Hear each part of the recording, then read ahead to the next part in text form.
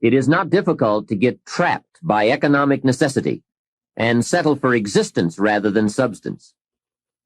We all have a choice. We can either make a living or design a life.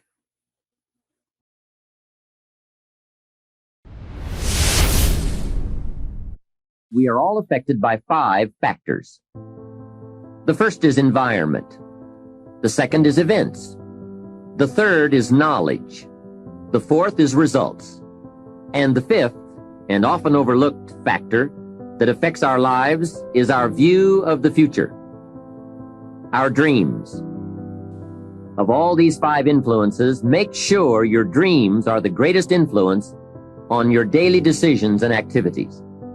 Put another way, make sure that the greatest pull on you is the pull of the future.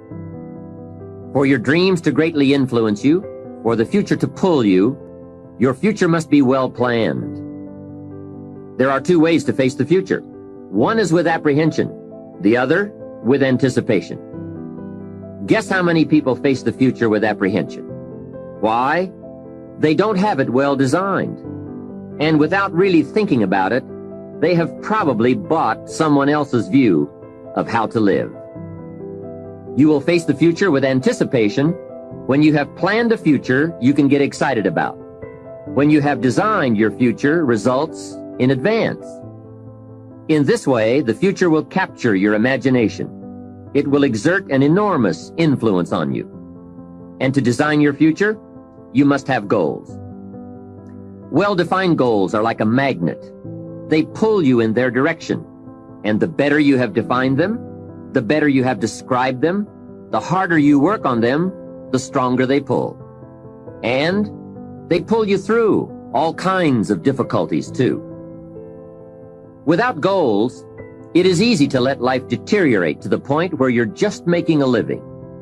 It is not difficult to get trapped by economic necessity and settle for existence rather than substance. We all have a choice. We can either make a living or design a life. Now we're going to take some time to actually start designing the next 10 years of your life. We're going to start setting your goals. Goal setting is one of the most important skills to develop if you want to design your future.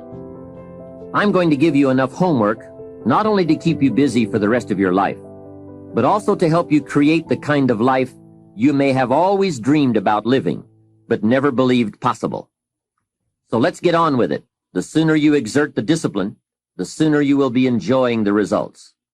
Once the results start to come, believe me, you won't mind the hard work and discipline it's going to take. Now, get a sheet of paper, and at the top of it, write the words, long-range goals. I'm going to ask you some questions, and I want you to jot down the answers. If you don't have paper and pen handy, follow along with me now anyway, just listening. Then later, listen again when you can write down your ideas. After I've asked the questions, which is the first part of this exercise, you can stop the tape and work on your answers. All right, let's start this exercise. The basic question you are going to answer is, what do I want within the next 1 to 10 years? I want you to take about 12 to 15 minutes and make a list of at least 50 things you want within the next 1 to 10 years. These are long-range goals. To help you get started with your list, consider these questions. What do I want to do? What do I want to see? What do I want to be? What do I want to have? Where do I want to go? And what would I like to share? Now, with these thought starter questions in mind, answer the basic question. What do I want within the next 1 to 10 years? See how many things you can write down. At this point, don't take the time to describe in detail everything you want. This is the time for you to let your thoughts pour, to write fast and to abbreviate. For example, if you just write down 380, you'll know what that means. You don't have to describe the color and the interior of the car. You'll do that later in this exercise. I want you now just to abbreviate and write fast. Make the list as long as you possibly can. Try to write down at least 50 items. 50 things you want within the next 1 to 10 years. These are long-range goals. Spend about 12 to 15 minutes on this. After you've completed your list, you're ready for the next part of the exercise. Go through your list, and next to the things you think you can accomplish or acquire a year from now, write a number 1. Next to the things you think it will take 3 years to realize, write a 3. Next to the things it will take 5 years to accomplish, write a 5. And next to the things it will take 10 years to accomplish, write a 10. Go through this list now to the best of your ability and say, that looks like it will take me about a year, or 3 years, or 5 years, or 10 years. Some big goals might be out there 10 years from now. Once you complete this part of the exercise, you might come to the conclusion that you need a lot more 3-year goals and less 1-year goals, for example, or that you need more 10-year goals. You see, while you're working on one goal, you must have something else in the planning stages. If you don't, what happened to some of the early Apollo astronauts could happen to you. After they came back from the moon, some of those astronauts experienced deep psychological and emotional problems. And the reason for that? Why, after you've been to the moon, now where do you go? That seemed to be the end, the finish. What later astronauts did was to make sure that they had major projects lined up after they returned from the moon trip. The way you enjoy life best is to wrap up one goal and start right on the next one. Don't linger too long at the table of success. The only way to enjoy another meal is to get hungry. Another thing to check for on your list is that you have included goals for each of these 3 important categories. First, make sure you've listed your economic goals, your goals for income, profits, and productivity. Second, make certain your list includes material items you want, tangibles, such as a home, a car, a boat, furniture, or jewelry. Don't attach the wrong importance to things, but they are important.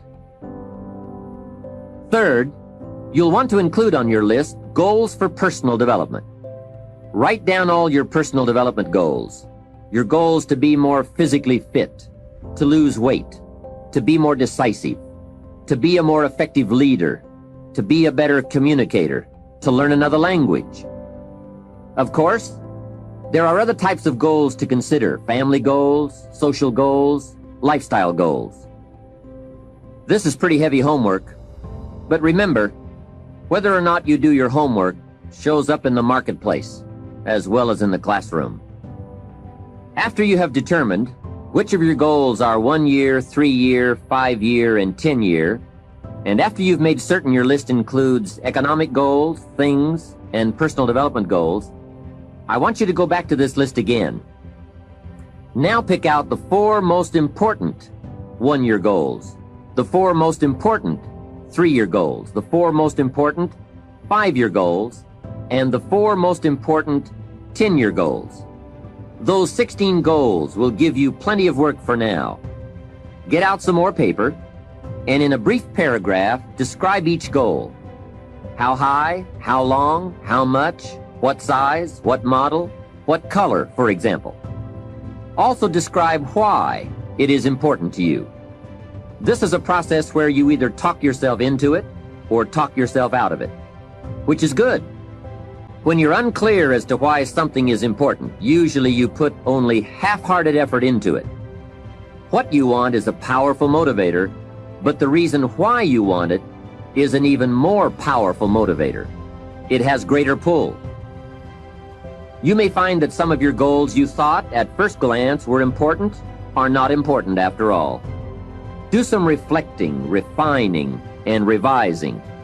The point is, right now, try to have approximately 4 1-year, 3-year, 5-year, and 10-year goals that you truly believe in, that inspire you, that you've sold yourself on. When these goals and the reasons you want to obtain them are each clearly described in a brief paragraph, transfer this information to a journal or some type of notebook that you can carry with you easily and refer to often. It's essential to set aside some time every week to review all of your goals, to rearrange them, redo them, restructure them, to add goals, or to tear up the whole list and start over. Goal setting is not something you do just once. It's a continual process. Also, you must constantly check your progress toward your goals. You don't want to fall too far behind on, or worse, lose sight of, your important goals. Now, just as important as your long-range goals are your short-range goals. Your goals for tomorrow, next week, next month, 6 months from now. These are goals you can accomplish within the next year, the immediate future. We call these goals confidence builders. When you work hard, burn the midnight oil, and accomplish these little things, it builds your confidence to go for your long-range goals. Write down in your notebook or journal all the little things you would like to have or accomplish in the next year. How you set up this list is up to you. You might want to break it down by week or by month.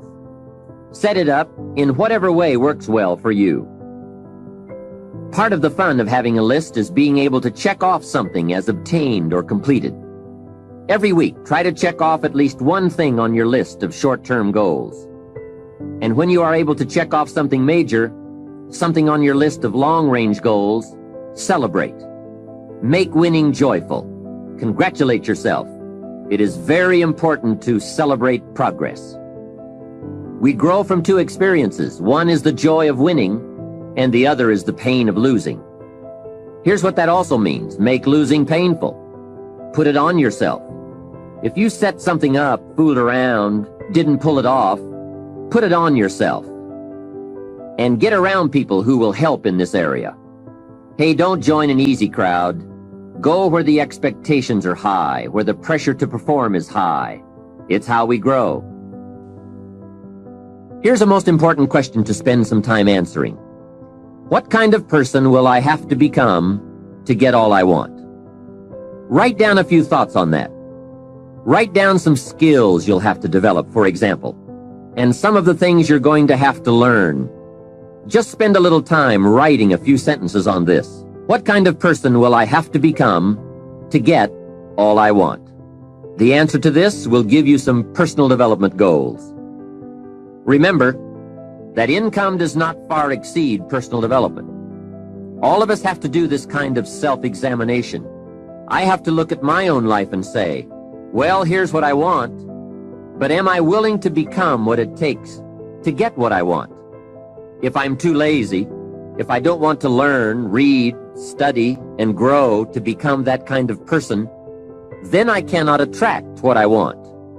Now, either I have to change my wants, or I have to change myself.